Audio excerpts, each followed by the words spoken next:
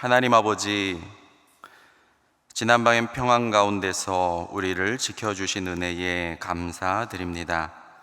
깊은 여름밤의 더위 속에서도 주의 손길이 우리를 시원하게 해 주셨는데, 이제는 서늘해진 새벽 공기를 마시며 일어나 이렇게 기도의 자리로 나아왔습니다. 눈을 감고 손을 모으는 이 순간, 우리의 첫 숨과 첫 생각을 주께 드립니다. 어제의 은혜를 떠올리며 오늘도 붙드실 주의 손길을 바라봅니다. 때로는 어제의 은혜가 너무 멀게 느껴지고 오늘의 염려가 더 크게 다가오지만 그 두려움과 불안을 주님 앞에 내려놓습니다. 하나님, 세상은 우리에게 안전과 성공을 약속하는 듯 보이지만 그 약속은 언제나 불안정하고 손에 잡히지 않는 그림자 같습니다. 그러나 주님의 은혜는 흔들리지 않는 반석이며 주님의 평안은 세상이 줄 수 없는 참된 쉼입니다. 이 시간 우리는 부유함 속에서도 공허함을 느끼는 우리의 심령을 정직하게 드러냅니다. 사람들 앞에서는 강한 듯 보이지만 주님 앞에서는 어린아이처럼 의지하고 싶습니다. 우리가 가진 것보다 더 귀한 것은 바로 주님의 임재와 주님의 사랑임을 알게 하옵소서. 하나님, 이 새벽에 우리 자신을 돌아보는 시간을 갖습니다. 하루하루를 살아오며 누군가의 마음을 감싸려 했지만 돌아보면 우리의 빈말이 때로는 더 큰 공허와 상처로 남았음을 고백합니다. 주님, 성령으로 우리의 입술을 새롭게 하셔서 정직하면서도 따뜻한 위로를 전할 수 있는 자들로 세워 주옵소서. 우리는 또한 작은 지식을 내세우며 교만을 즐길 때가 있었습니다. 나보다 더 알고 더 가진 것을 자랑 삼아 우월함을 맛보았지만 그것이 결코 참된 기쁨이 아님을 이제 압니다. 신앙이 깊어질수록 고개를 숙이고 낮아지고 섬김으로 나아가는 이들을 바라보며 우리도 그 길을 따르기를 원합니다. 하나님, 우리를 붙드사 겸손히 섬기는 자로 살아가게 하옵소서. 하나님, 때로는 우리에게 주신 평안을 안일함의 핑계로 삼았습니다. 시간을 아껴 종말을 준비하는 청지기의 삶으로 부르셨는데 그 말씀은 기억에서 자꾸 희미해지고 일상의 평안함이 우리의 눈을 가릴 때가 많았습니다. 우리의 위치와 부르심과 자격을 날마다 새롭게 일깨워 주시고 주어진 시간을 알차고 보람있게 살아가도록 이끌어 주옵소서. 하나님, 대한민국을 위해 간절히 기도드립니다. 세상은 지금 그 어느 때보다 치열한 다툼 속에 있습니다. 세계 열강들이 경제적 우위를 차지하려 다투며 안보와 무력으로 서로를 위협하고 세력을 넓히려 합니다.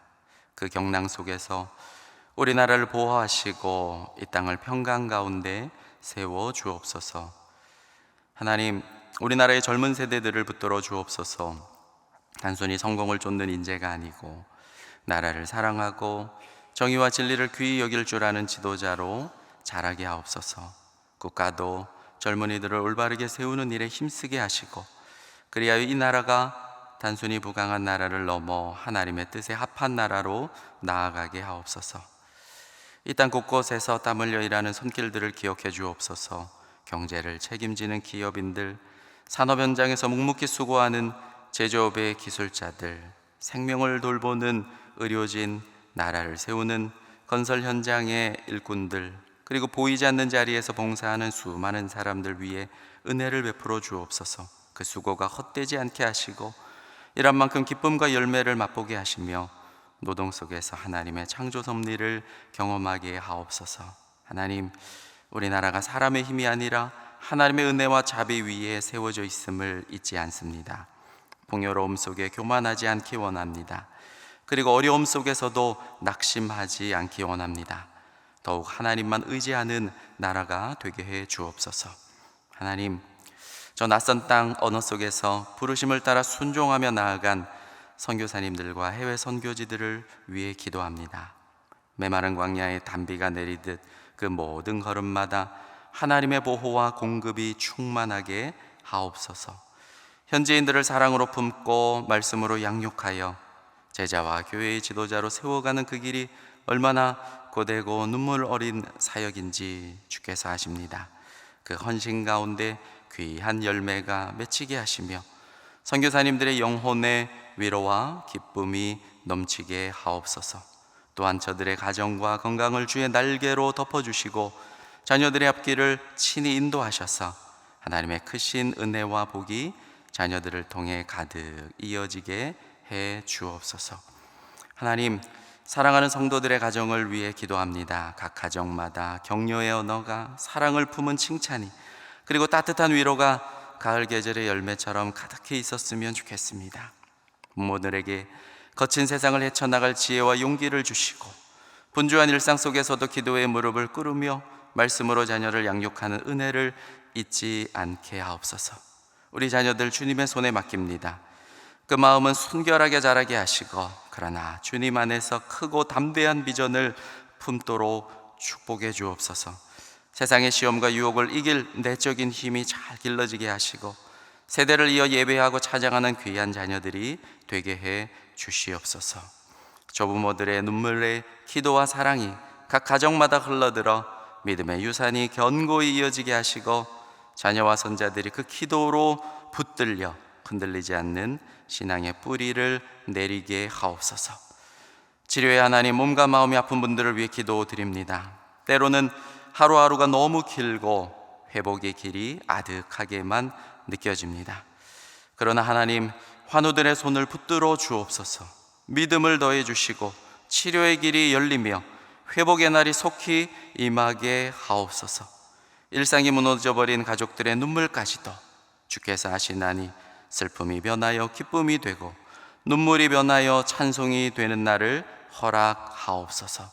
돌보는 의료진들의 손길 위에 지혜와 능력을 더해 주시고 정성 어린 돌봄의 순간마다 주님의 치유가 역사하게 하옵소서. 병실마다, 가정마다, 성도들의 마음마다 하나님의 위로가 따스히 임하게 하옵소서. 하나님, 오늘 본당 앞에서 열리는 농어촌 교회와 함께하는 참 좋은 직거래 장터를 주께 올려드립니다. 전국 17개 교회에서 오신 목사님들과 사모님들을 축복하시고 이 자리가 단순한 물품 교환이 아니라 농어촌 교회와 도시교회가 서로를 격려하며 주 안에서 하나 되는 귀한 나눔의 시간이 되게 하옵소서. 정성껏 준비된 100여 가지의 농산물과 특산품을 통해 주님께서 주신 풍성한 결실을 함께 나누고 교제하며 기쁨과 은혜를 나누게 하시며 이를 위해 쓰는 국내 선교 부원들과 총회 농어촌 선교부 임원들의 섬김을 기억하시고 위로와 복으로 채워 주옵소서. 이제 말씀 앞으로 나아갑니다. 성령님, 우리의 귀를 여시고 우리의 마음을 깨우사 하나님의 음성을 분명히 듣게 하옵소서. 우리 주 예수 그리스도의 이름으로 기도드립니다. 아멘. 하나님께서 오늘 우리에게 허락하신 말씀은 열왕기하 21장 19절에서 26절의 말씀입니다. 열왕기하 21장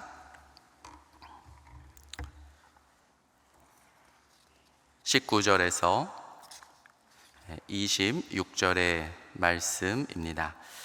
하나님 말씀 다 함께 합독하시겠습니다. 아몬이 왕이 될 때의 나이가 22세라 예루살렘에서 2년간 다스리니라. 그의 어머니의 이름은 무술레메시요 욥바 하루스의 딸이더라. 아몬이 그의 아버지 므낫세의 행함같이 여호와 보시기에 악을 행하되 그의 아버지가 행한 모든 길로 행하여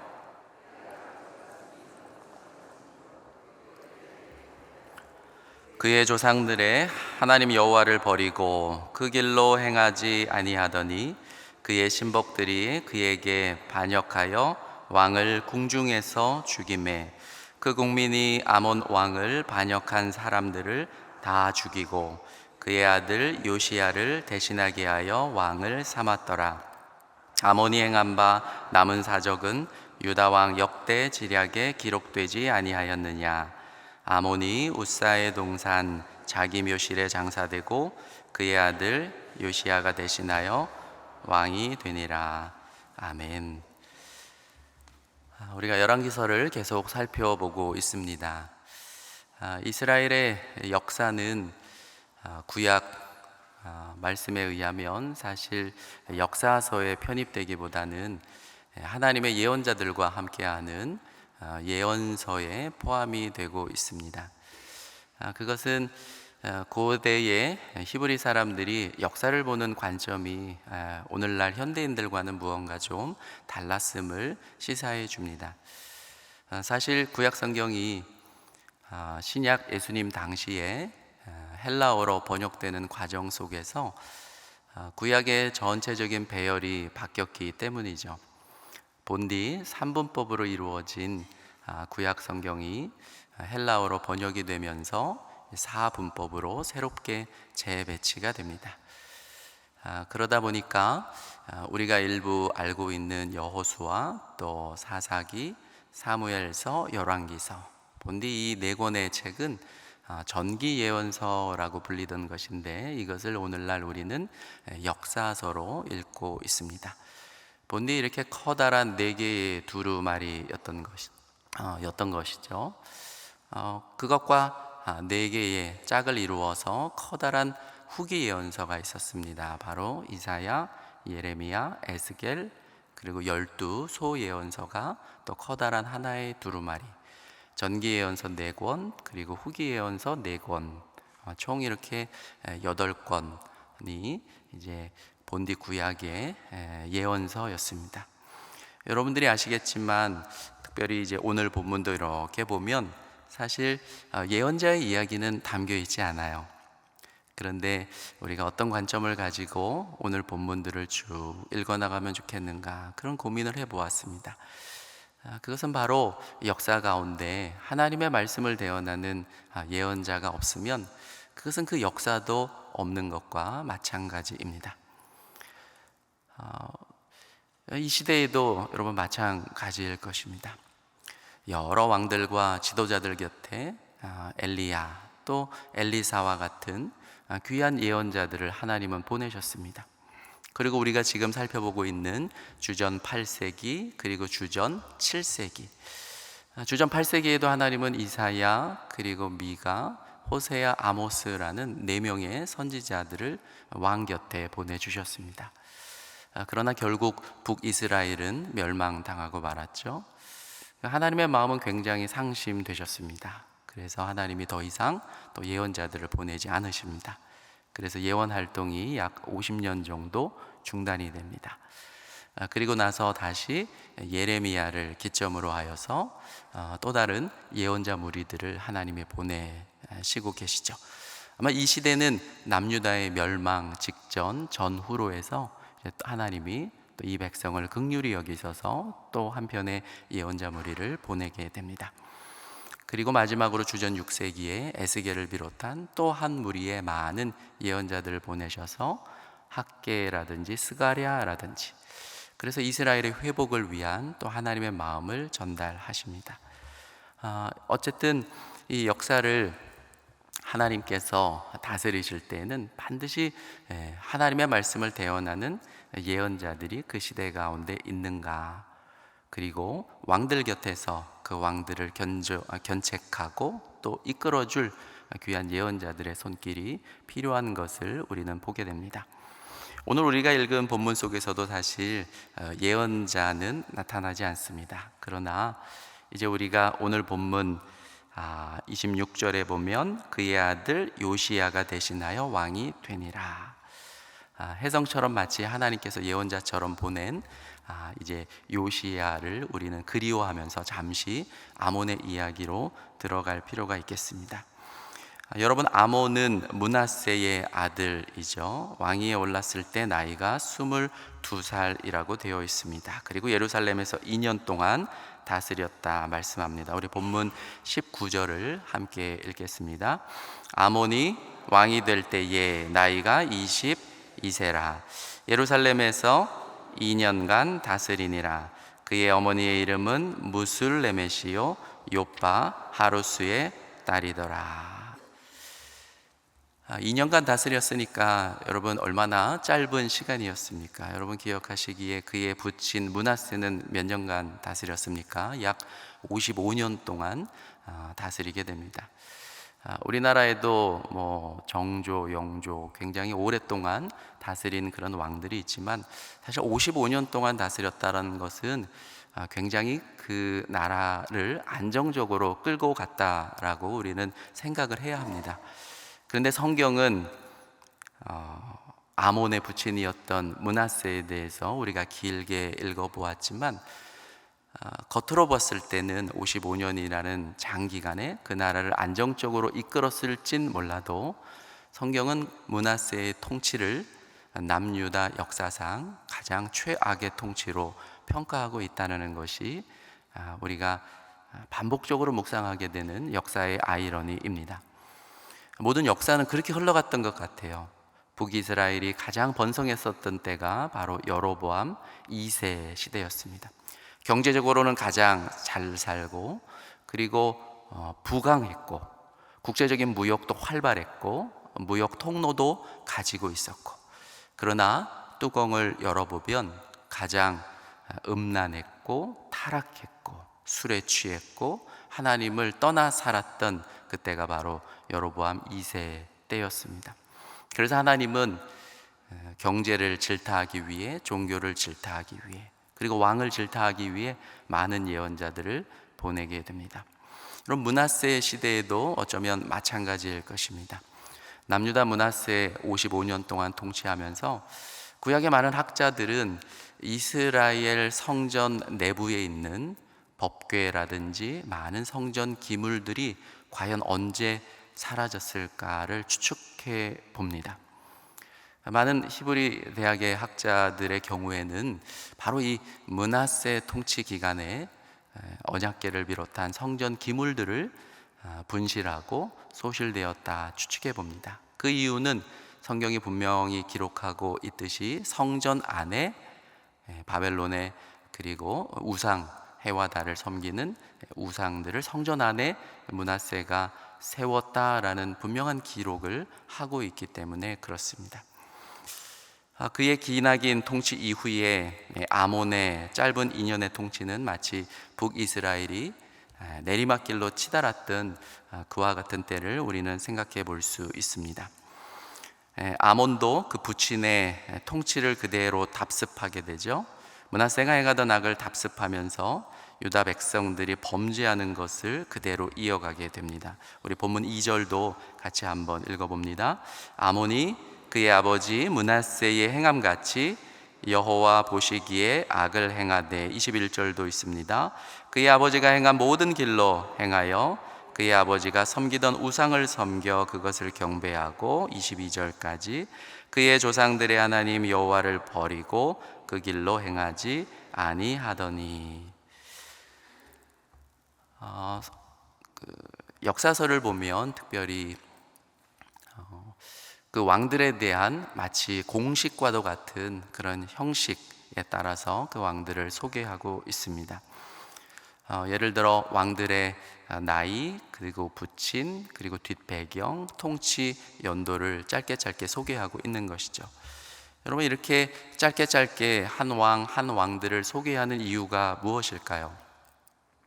대충 한 세 가지로 우리는 생각을 해보는 게 좋을 것 같습니다. 첫째는 이미 멸망당한 남유다의 관점과 또 그 시각에서 이 역사서를 쓸 때에는, 이 말씀을 주셨을 때에는 이 말씀을 주신 분명한 이유가 있을 것입니다. 첫째는 이 역사적인 기록을 한 사람 한 사람 평가에 내려가면서 그들이 어떤 하나님의 계명에 순종하지 못했고, 그랬기 때문에 그의 인생이 실패했고, 그래서 결국 나라가 멸망당했는지를 알려주기 위함인 것이죠.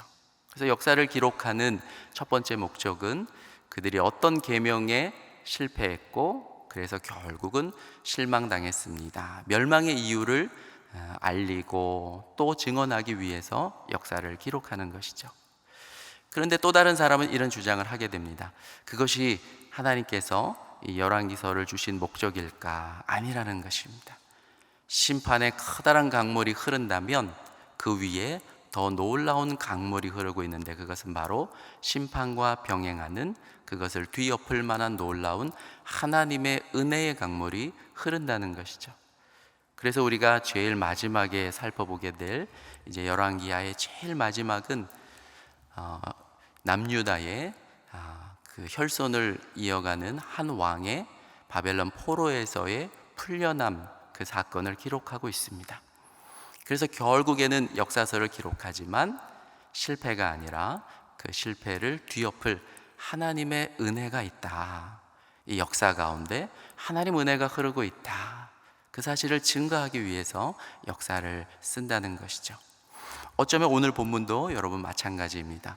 므낫세와 그리고 아몬의 이야기를 읽다 보면 우리의 삶이 음산해지고 또 암울해집니다. 그러나 끝끝에 이제 우리가 다시금 살펴볼 요시야라는 하나님의 뜻을 이어서 온전하고 완벽한 종교개혁을 이루고 또 하늘의 뜻을 이 땅에 작지만 구현해낼 그 왕을 우리는 기대하게 되는 것이죠. 심판 또 아니면 하나님의 은혜다. 또 어떤 사람은 이런 주장을 합니다. 아니다. 그것은 하나님의 관점이지만 또 다른 관점이 하나 있다. 그것은 바로 우리로 하여금 이 역사를 놓고 또 우리의 삶을 놓고 회개하게 하기 위함이다. 어쩌면 그 말도 저는 참 일리가 있다고 생각을 합니다. 어느 나라의 역사가 여러분 자신들의 죄를 들춰내고 그리고 자신들의 나라가 부강할 것을 외치고 동시에 회개할 것을 촉구하고 있습니까? 어느 나라의 역사 이야기가 백성들의 회개를 요청하고 자신들의 역사를 기록하겠습니까? 어쩌면 오늘 본문에서 한 왕을 너무나도 짧게 공식구처럼 정리하고 표현하고 있지만 그 끝에는 계명의 불순종함에 대해서 우리 자신을 들추어 보게 하고, 그러나 그럼에도 불구하고 마찬가지이실 것입니다. 여러분의 삶 위를 놀랍게 흐르고 있는 하나님의 은혜의 손길이 있다라는 것을 또한 말씀하고, 동시에 순간순간마다 우리의 삶이 또 나의 인생의 역사가 늘 회개 가운데 있기를 원하는 마음에서 어쩌면 하나님은 이 역사를 기록하고 있을 것입니다. 우리 23절도 여러분 잠시 한번 읽어봅니다. 우리 23절과 24절을 읽겠습니다. 그의 신복들이 그에게 반역하여 왕을 궁중에서 죽이매 그 국민이 아몬 왕을 반역한 사람들을 다 죽이고 그의 아들 요시야를 대신하게 하여 왕을 삼았더라. 사실 남왕국 또 북이스라엘에 많은 왕들이 있었고, 더 놀라운 것은 여러분들이 알다시피 북이스라엘은 정말 여러 차례의 반란이 일어나게 됩니다. 그리고 어쩌면 그 하나님의 그 심판의 예언의 역사처럼 그 다윗 왕손의 혈통이 계속 이어지지 못하게 되는 것이죠. 그러나 오늘 본문을 보면 어쩌면 메시아의 그 다윗의 언약의 약속이 이루어져 가야 하기 때문에, 비록 얼마나 저는 23절을 읽으면서 충격을 받았는지 몰라요. 그의 신복들이 그에게 반역을 했고 왕을 여러분 어디서 죽입니까? 공중에서 죽입니다. 어쩌면 이 기록은 남왕국에서는 흔치 않은 어쩌면 그 유일한 기록일 것입니다. 그의 통치, 그리고 므낫세의 암울했던 55년간의 통치, 어쩌면 신실한 야훼주의자들이 남왕국 또 예루살렘 왕실 안에 있었던 것이죠. 57년간의 긴 세월의 마침표를 찍는, 어쩌면 하나님이 원하시는 방법은 아니었지만 결국에는 므낫세와 아몬의 긴 시간의 역사의 종지점을 찍게 됩니다. 신복들이 그에게 반역하여 왕을 궁중에서 죽였습니다. 그러나 북이스라엘처럼 또 다른 혈통이 다윗 왕조를 대체하는 것이 아니라 하나님의 은혜와 역사가 있는 것이죠. 그 신복들이 어떠했습니까? 다윗의 혈통인 여러분 요시야를 대신하여서 다시 왕으로 삼고, 그래서 사무엘하 7장에 이어진 다윗의 집에 그 언약의 약속을 계속해서 이어가는 그 놀라운 은혜의 흐름을 우리는 보게 됩니다. 마지막 25절, 26절을 보면 그의 장래에 대해서 동일하게 공식구와 같이 오늘 본문은 말씀을 하고 있습니다. 여러분, 오늘 본문 말씀을 보면서 이스라엘 역사에 대한 세 가지 관점을 더불어서 짧게 소개해 드렸지만, 히스기야의 놀라운 통치, 그리고 므낫세와 아몬의 암울했던 시간, 그리고 우리는 또다시 희망의 시간을 내다보게 되는데, 그것은 바로 요시야의 놀라운 회복의 이야기입니다. 우리 가운데에도 어려운 때도 있고 좋은 때도 있지만, 어려운 때는 아마 우리가 계명에 순종하지 못함으로 심판을 당하는, 또 벌을 당하는 때, 그러나 그 위에도 하나님의 은혜가 반드시 흐릅니다. 그리고 그 가운데 하나님은 우리가 순간순간 회개하기를 원하시는 줄로 믿습니다. 그런 귀한 은혜가 여러분 인생 가운데 늘 동행하시기를 간절히 바랍니다. 기도하겠습니다. 하늘에 계신 우리 아버지, 아버지의 이름을 거룩하게 하시며 아버지의 나라가 오게 하시며 아버지의 뜻이 하늘에서와 같이 땅에서도 이루어지게 하소서. 오늘 우리에게 일용할 양식을 주시고 우리가 우리에게 잘못한 사람을 용서하여 준 것 같이 우리 죄를 용서하여 주시고 우리를 시험에 빠지지 않게 하시고 악에서 구하소서. 나라와 권능과 영광이 영원히 아버지의 것입니다. 아멘.